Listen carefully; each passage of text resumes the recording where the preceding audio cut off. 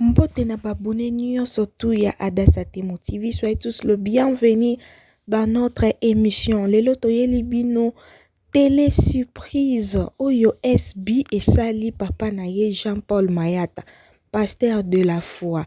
Donc équipe mobimba ya SB eye na honneur nyonso ya kopesa papa na biso de la foi.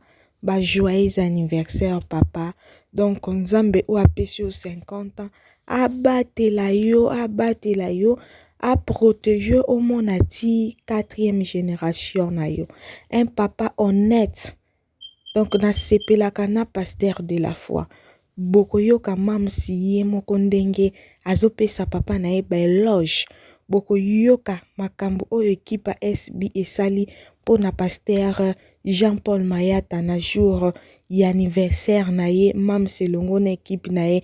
Joyeux anniversaire une fois de plus papa. Tosengi na baba kuku nyonso s'il vous plaît. Tango bozo mona be monsieur zokota bo konsomaka bo sotaka ba pibité s'il vous plaît boyoka ndenge dans ce que ton cœur désire. Sois béni richement, plus de bénédictions pour toi. L'homme de Dieu, notre papa, notre daddy, pasteur de la foi, Jean-Paul Mayata. Papa, de loin, je t'aime beaucoup. Ta fille, ton cœur désire. Sois béni richement, plus de bénédictions pour toi. L'homme de Dieu, notre papa, notre daddy, pasteur de la foi, Jean-Paul Mayata. Papa, de loin, je t'aime beaucoup. Ta fille, dans ce que ton cœur désire. Sois béni richement, plus de bénédictions pour toi. L'homme de Dieu, notre papa, notre daddy, pasteur de la foi, Jean-Paul Mayata. Papa, de loin, je t'aime beaucoup. Biso baluba to bengi omutu ujini kapya kamukalenga mwambi. Yosa Moussaï Nzambe, 50 ans d'âge, c'est pas facile. Yokuto Messana d'ailleurs coupé sur l'action de grâce. Pesa sur action de grâce pour Nzambe à battre le timo konelelo. Au sali 50 ans, c'est pas facile. Pasteur Jean-Paul Mayata, joyeux anniversaire à toi. Nzamba batte langayo papa.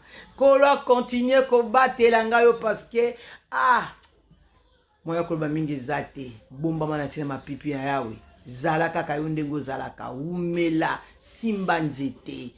Pasteur Jean-Paul Mayata. Ah oui, happy birthday Mbotama Elamu, joyeux anniversaire à mon papa, c'est mon père, pasteur de la foi, papa Tirabala na été anytime conseil les Kanamatoi. Alors aujourd'hui Dieu a fait grâce pour mon papa, une année de plus. Et surtout qu'on parle du cinquantenaire. Donc 10, 20, 30, 40, 50. Waouh, ça se fête. Le pasteur, notre papa de la foi, c'est votre fils Piron Dombassi, tonton Loulou. Et je vous souhaite que du bonheur. Une pensée pieuse pour vous, papa.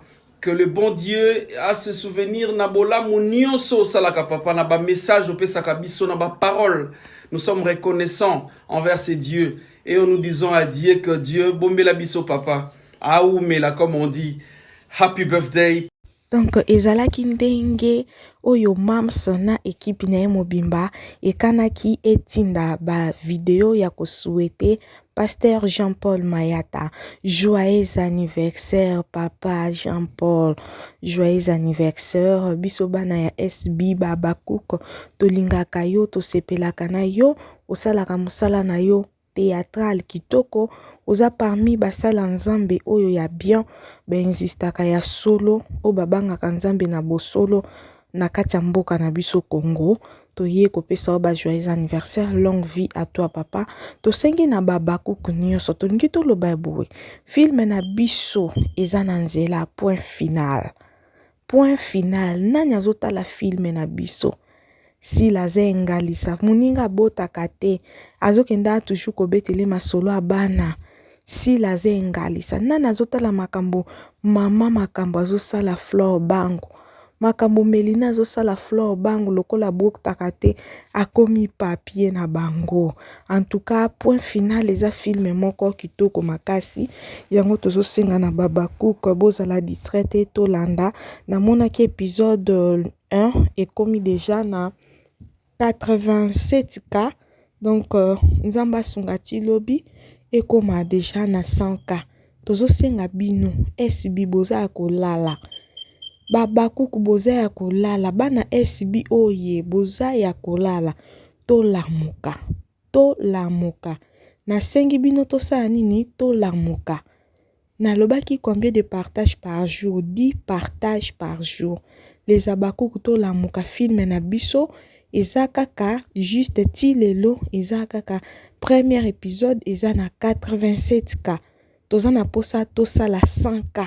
Alors motivation na babakuku nyonso bolamuka to banda ba partage na biso, bolamuka to banda promotion na biso, boya ebele ebele.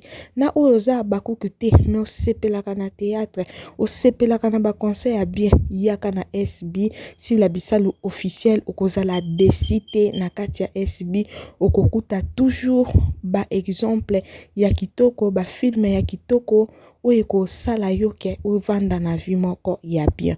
Bo continue ko s'abonner massivement bo sotaka ba pib na biso